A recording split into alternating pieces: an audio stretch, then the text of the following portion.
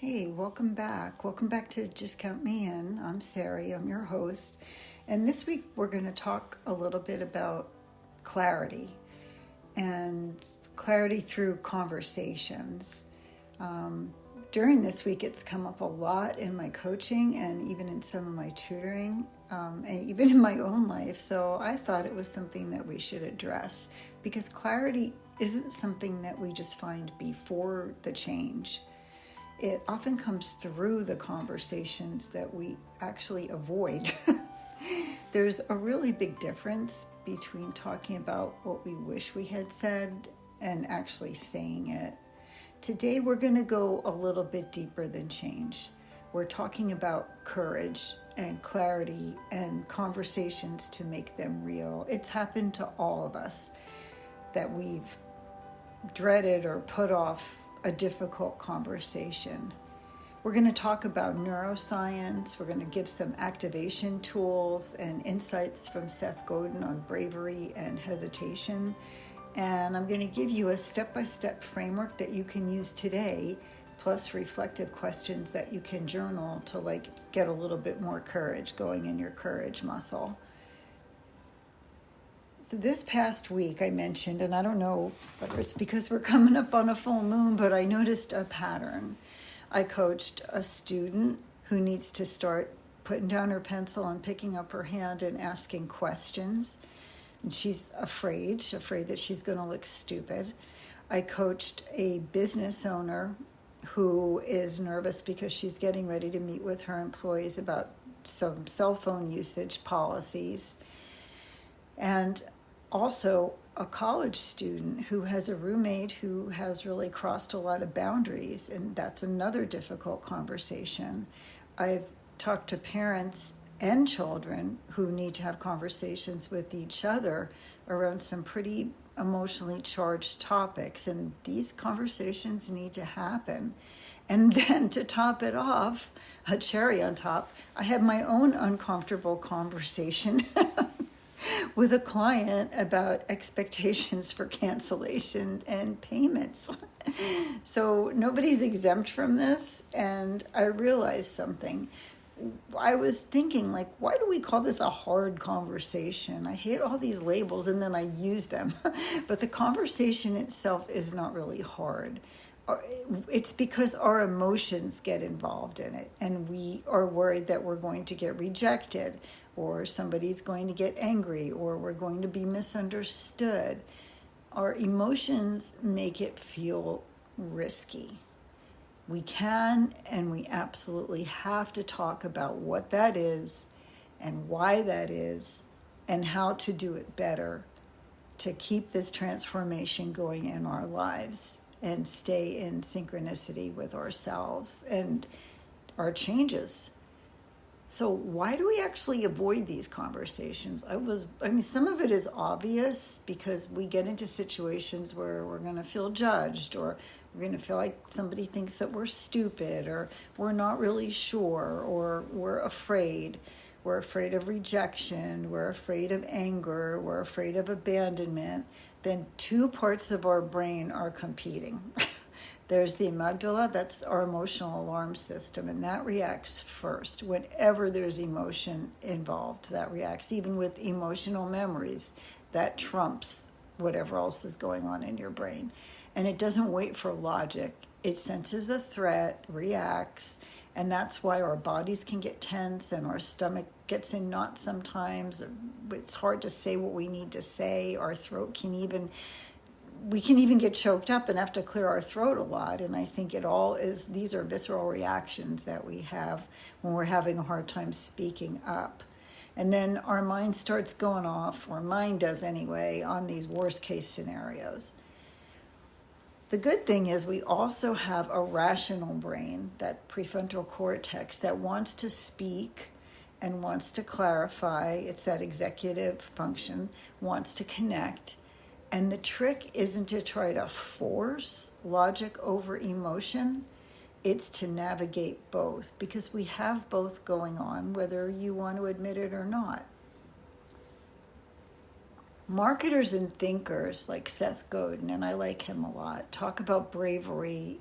It's very relevant the way he talks about it, because he reminds us that courage has nothing to do with the absence of fear. If you think about the bravest people that are famous even for their bravery, it's not that they didn't have fear. Not a one of them is going to say that they didn't have fear. What they did have was courage. And it was just the right time for them to say something about it. Maybe like Rosa Parks didn't wake up that morning and say, oh, I'm going to do something that's going to change civil rights for people forever by refusing to give up her seat on the bus. She had wanted to refuse to give up her seat many times. This day she was just too dang tired. And she said it was just the right time, and she was tired of being treated that way, and it just came out. She gave it really no thought. And then the job for the rally got handed over to Martin Luther King Jr., and he was a 26-year-old pastor. And he said if he thought about it, he probably would have said no, but he just went for it. So a lot of times we just have to remember that we have to act even when fear crops up. And Seth's work on permission and connection reminded me that communication is not really a transaction. So I'm going to say that again, because we think it is, but it's more like a relationship. So in other words, clarity is not delivered to us. We co-create clarity through dialogue. You don't wait for the perfect moment, because there won't always be one. You show up, you speak, and you listen. Before any conversation that we are nervous about, we come up to some resistance. And Mel Robbins, I love her 5, 4, 3, 2, 1 that she gives. I listened to that book and I thought that was a rip. It was a great book, wonderful philosophy. And it's really, really simple. You just start the countdown, 5, 4, 3, 2, 1, and then do it. So you're nervous about texting your boss or your professor, start the countdown. When you hit to 1, blast off, hit send, knock on the door, open up your mouth and start talking. Because she thinks, and has done the research to show, that if you can just count it down, you're activating the prefrontal cortex and calming down your emotional center, and you can just take action and do something about it. This isn't some fluffy kind of motivation. It interrupts hesitation, and it brings your brain on board with where you want it to be. So it's one thing to identify that we know that we need to have conversations and to deepen our relationship with people and improve our lives. We have to do it. And yes, sometimes they're going to be hard, but I'm not just going to leave you with that. You're going to be like, Sari, so what am I supposed to do? So here's a framework, the C3 conversation model that I've been using with people, and you can use it anytime you have to have this kind of conversation. I call it clarity, communicate, and co-create. Actually, that's 4 C's. So clarity is like being really clear on your intent before you speak. So your journal prompt could be something like, what is my desired outcome? What am I afraid of? What's absolutely the worst that could happen? And then C is communicate with curiosity. And balance, you have to balance. We did something when I was teaching. We were trained in cognitive coaching, and we used the 7 norms of collaboration. And we balanced inquiry with advocacy. And we had to stop and think, because to tell you the truth, I was spending more time in advocacy. I was spending more time advocating, trying to make myself right, trying to make somebody else right that I believed in, than I was actually being curious as to what the other person was saying. Often I was just waiting for them to finish saying what they were going to say, because it didn't even matter what they said. I knew what I was going to say. And I'm embarrassed to say that, but I can tell you proudly it's been a long time. I have not done that in quite a while, but I did have to learn, and it took a lot of practice. So communicating with curiosity looks like you listen before defending. You ask open questions, sincerely open questions. Like, help me understand what you're thinking, or what made you say that, or how does that feel, and really mean it. And if you don't mean it, then maybe you shouldn't be in this conversation, because then you should just be creating rules and mandates. The conversation is a two-way situation. So because you're co-creating. You're co-creating, and you can explain to them, in my mind, this is what I'm saying, and build some solutions together and say, this is what I'm hearing you say. And, am I clear on this? Am I correct on this? And it's not about perfect language. It's not about that at all. It's more about shared meaning. The relationship is important enough to you, whether it's a professional level or a personal level, that you're having a conversation and you're a little bit nervous about it. Give it some respect and try to co-create with the person what the conversation is and what the outcome is. So here's what it could sound like. So I want to talk about something. Are you open to a conversation? And be prepared. Very often, in my experience, it's no. They're not at that time. So you need to wait. I wouldn't put it off too long, because and actually it would depend on the circumstance. If it's something that needs to happen that you're really having a hard time with personally, I would say, well, let me know when there's a good time that we can schedule. So let's get it on the calendar. Because the person could just be having a bad day. They could be feeling totally overwhelmed. You could be the third person that told them that you needed to have a conversation with them today, and they wouldn't even be at their best to talk. Or there could never be a good time for that conversation, in which case I would use the 5, 4, 3, 2, 1 launch. So then you can say something like, well, I've noticed that blank, when blank happens, and I feel blank, whatever it is, and I need blank from you because I really value our relationship, right? So how do you experience this, right? So I notice that you get defensive when I ask you to help around the house, and I feel really resentful that I'm doing all the work, and I need some cooperation. I need some participation from you so I feel like it's shared. And our relationship is really, really important to me. So I don't want to feel resentful, but we need to get something worked out that we both feel good about. So what feels right moving forward? Okay. And then just say, what feels the most peaceful moving forward? That structure keeps the conversation from becoming a blame game. It keeps it functional and it keeps it respectful. There are some common pitfalls. I know you're probably saying, yeah, that's right. You say that, and maybe it works for you, but I can just tell you right now, if I go to my boss and say this, or if I go to my 15-year-old and say this, or my child and say this, that this is what's going to happen. So let's just take a look at them. So there's definitely some common pitfalls, and I'm going to give you some realignment strategies. It's not that you ever get derailed. I just had this conversation with somebody. She said, every time I do this, it gets derailed by my employees, and I feel derailed. And I said, then you need to build stronger guardrails, because you can get knocked a little bit off track, but definitely nobody should get derailed.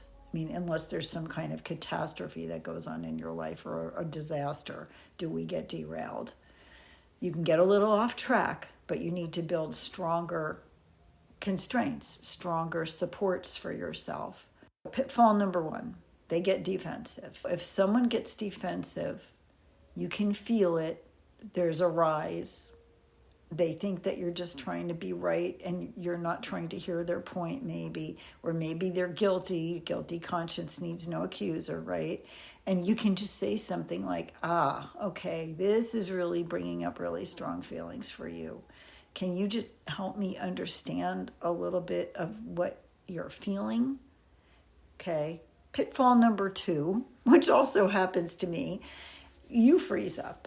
And it used to happen to me a lot more than it does now. I didn't used to freeze up. I used to cry. It was so funny almost in a way, because we would say, okay, we need to have a family meeting, and we'd start our family meeting. Within 5 minutes, I would be crying. They'd be like, there's mom crying again at family meeting, right? So that was just my emotions getting in the way. But you could also just totally freeze. and feel like whatever I say is going to be wrong, which is just an excuse to not try and be vulnerable, but it's still freezing. Use the activation tool. Just take a beat, count down, and return to your intention, not fear.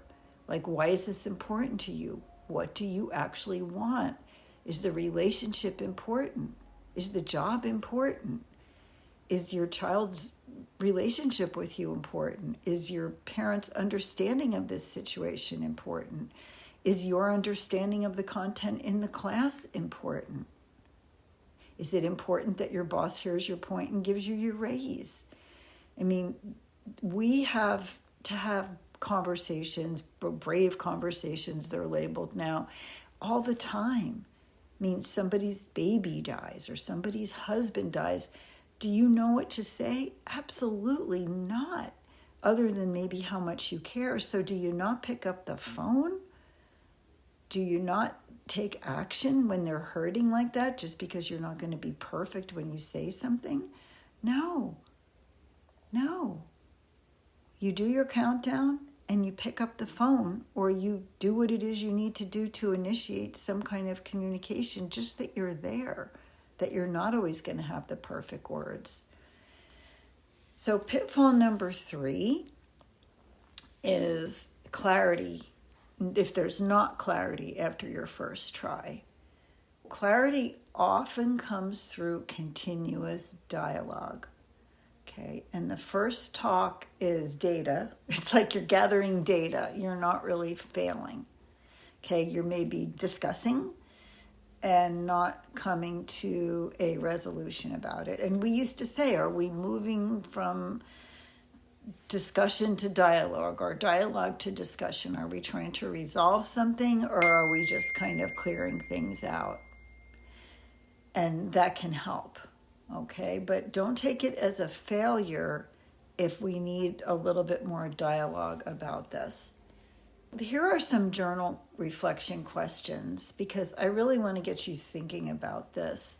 Let's take just a moment. If you have the time now, if not, you can always come back to this when you do have time, or just think these questions. What's one conversation that I've been avoiding? And where is one obligation that I feel like is draining my energy, that's calling for a boundary to be set and a conversation to be had? Do I have an obligation that's draining me? What emotion do I feel when I think about it? And what outcome do I actually really want? What would one small action be that I can take today? What would it feel like if I had clarity on this? How would it make my life better? This week, I'm going to challenge you. Pick one courage conversation and commit to the 3 actions. They don't have to be big. The goal is momentum, okay? You can even draft a text with like a clear intent statement, like it's some kind of paper you're writing if you're really nervous about it. You can use that 5, 4, 3, 2, 1 to get yourself to press that button or send that email or pick your hand up or clear your throat and say, I've got something to say. Are you available to talk? I really need some clarity on this. And you can practice that C3, or now we're calling it the C4 model, in role play. You can practice it. You can practice it with a friend. I do that all the time. Bravery is like a muscle, and clarity is the reward of your repeated practice. That is what gets stronger. Hard conversations are not evidence of weakness. Not every conversation is going to feel ease and flow. I wish I could say they did. Many do. I prefer the ones that do. But sometimes, just like we talked last week about, if you didn't catch that episode, it was about how obstacles come up and things kind of get in your way. And really, they're just holding up a little flashlight to something that we need to clear in our lives to increase the capacity that we have to hold the goodness that we're calling in or the change that we want. They're definitely not evidence of weakness. They're evidence of growth. And being vulnerable is the only way to get through them. Because if you're not, and you're just spewing a lot of words at people, they're going to know. When we really speak with honest intention, when we listen with true curiosity, and when we actively co-create clarity with another person, it's a beautiful thing. We change not just outcomes, but we change the world around us. And our relationship is better because of the conversation, even though it was hard. Courage is not the absence of fear at all. It's the decision that something else matters more than giving in to the fear. Go, have the conversation, and tell me what you learned. Please, count me in. Thank you so much for joining me today. If this episode spoke to you, I'd really love to hear from you. You can find me on Instagram or on my Facebook page, just count me in. And if someone came to mind while you were listening, please share this episode with them. Sometimes one conversation can change everything. Thank you for being here, for choosing growth, and for doing the inner work. I look forward to being with you again next time. Remember, we're all in this together. Hit that subscribe button. Just count me in.